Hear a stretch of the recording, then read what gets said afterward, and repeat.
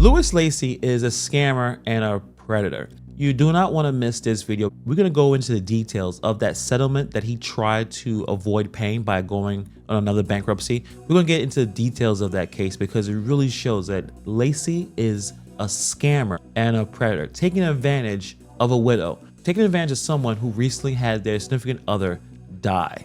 We're going to talk about that and more. Let's get into it.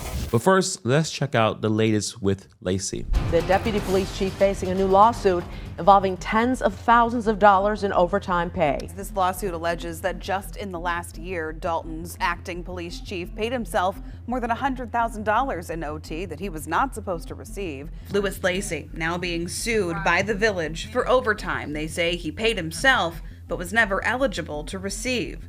The lawsuit alleges between August of last year and July of this year, Lacy submitted and approved nearly $140,000 in overtime for himself, even though he's a salaried employee, not entitled to OT. The Dalton Police Department planned to present a unified vote of no confidence in the deputy police chief to the Village Board. In a letter shared with ABC7, members of the Dalton PD say they're issuing a formal declaration expressing their displeasure with Lacy's leadership.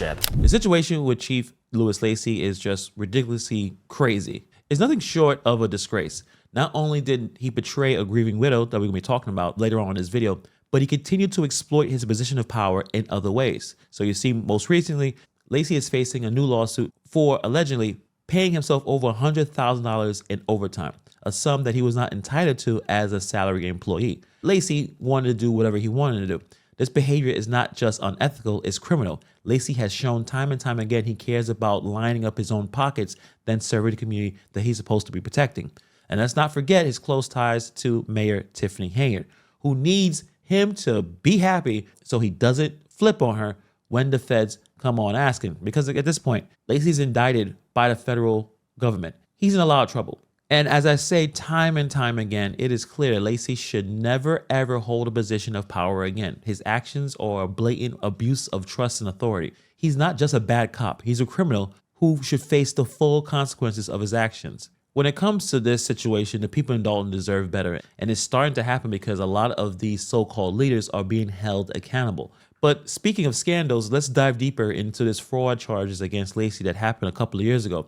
A case that highlights the extent of his deceit and the serious consequences it should have on his career and freedom. Let's get into it. So see right here, this was a civil action cover sheet. I think she wrote a brief story on what exactly happened. Her name is Denise White Hampton versus Louis Lacy. And you can see right here is based on not just fraud, but consumer fraud. So she explains exactly what happened and bring out more details of this situation. And probably is one of the reasons why he had a vote of no confidence from his fellow police officers. This was filled out June 22nd, 2015. The amount claimed $100,000. Consumer fraud. So we're going to read this story. Louis Lacy came to my house June 8th, 2013. My husband was murdered at 2012 at our home. I have been with my husband for 25 years. I have 3 kids. I got married when I was 34 years old. I was grieving and very vulnerable at the time. Mr. Louis Lacy told me that I'm going to protect you. I am going to be your friend. He started dating me.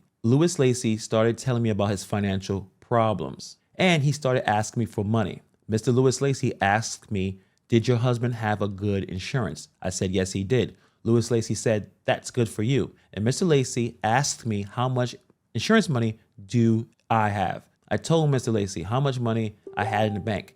She told him $300,000. And Mr. Lacy started asking me for money. August 10th, 2013, I started drawing money out of the bank.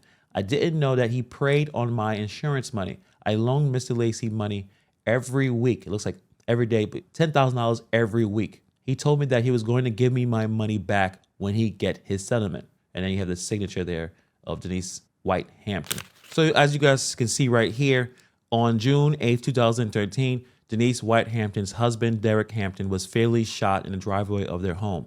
As a sworn police officer, Lacy responded to the scene, being there to provide assistance and comfort to the grieving widow. However, as the documents reveal, Lacy's actions following this tragedy were anything but noble. Instead of offering general support, Lacy began visiting White Hampton frequently under the guise of checking on her safety. And then during these visits, he expressed his romantic interest in her, falsely claimed that he was unmarried and he was falling in love with her. Lacy's manipulation of Denise White Hampton during a time of immense vulnerability is disgusting, revealing what kind of person Louis Lacy is and how can he ever be in a position of public trust. So you see right here, he was falling in love with the plaintiff and falsely represented that he was an unmarried man. He is married. He told Denise White Hampton that he was seriously in debt and requested a cash loan. And he just lied, falsely represented that he had a lawsuit pending and would provide substantial funds for the repayment of the loan and said repayment will be forthcoming upon receipt of this settlement. There was no settlement. And the plaintiff, Denise White Hampton, believed and relied upon the defendant, Louis Lacy's representation set forth in paragraphs 4 and 6, was induced to lend to the defendant on or about the following dates, the sums set forth thereafter. And this is the amount of money that she was giving him during this time. It's a lot of money. That's a crazy amount of money. Look how much money that Louis Lacy was scamming out of that widow. Lacy's scamming actions did not stop at emotional manipulation. So by August 2013, Lacy had convinced White Hampton that he was in serious debt and needed financial assistance. So over the next couple of months, Lacy continued to deceive White Hampton, fabricating a story about some kind of pending lawsuit that will allow him to repay her. And if you calculate all this, in total, White Hampton lent Lacy $88,800, believing that he would honor his word and return the money once his so-called settlement came through. The series of loans, meticulously documented in this right here, demonstrates the extent of which Lacy exploited White Hampton's trust for his financial gain. This was a gross abuse of power and a violation of ethical standards. Why are you exploiting this grieving widow? Plaintiff Denise White Hampton has made demand for repayment of said loans, but defendant Louis Lacy has refused to make payment. What a guy, what a great guy. Eventually, Denise White Hampton realized that this guy was a scammer. So the truth about Lacy's deceit came to light when she realized, you know what, I'm being tricked here. I'm being duped. Lacy's failure to repay the loans and his continued lies led White Hampton to file the lawsuit against him in 2015 to recover the funds. This legal action exposed Lacy's fraudulent behavior and set the stage for criminal charges that would follow. And you see right there, the $88,800. And this is the amount of money that Lacy had to pay back. And then he decides to file for bankruptcy, to where we are right now. Lacy was indicted on federal charges of bankruptcy, fraud, and perjury, further compounding his legal troubles. The indictment accuses Lacy of concealing assets and income during bankruptcy proceedings to avoid repaying his debts, including the money was owed to White Hampton. This deliberate attempt to deceive the court and evade financial responsibility is indicative of a man who has no respect for law or the principles of justice. This is a man that should never be a cop. His conduct not only violates legal and ethical standards expected by law enforcement officials, but also undermines just the entire criminal justice system. Police officers are supposed to be the embodiment of integrity and fairness, and Lacy's behavior is the total opposite of those values. Lacy's manipulation and exploitation of a grieving widow is just disgusting. It's reprehensible. His actions demonstrate a complete disregard for the emotional and financial well-being of the very people that he's supposed to be protecting. And to be honest, the fact that Lacy was even able to rise to the position of deputy police chief despite his unethical behavior suggests that there may be some systematic issues that within this department that needs to be addressed. There need to be some level of investigation on how they run things in this department, in my opinion. So right now, hopefully he finally retires, tries to get his pension, also fight this federal charge. He should no longer be a police officer. His gun badge is gone.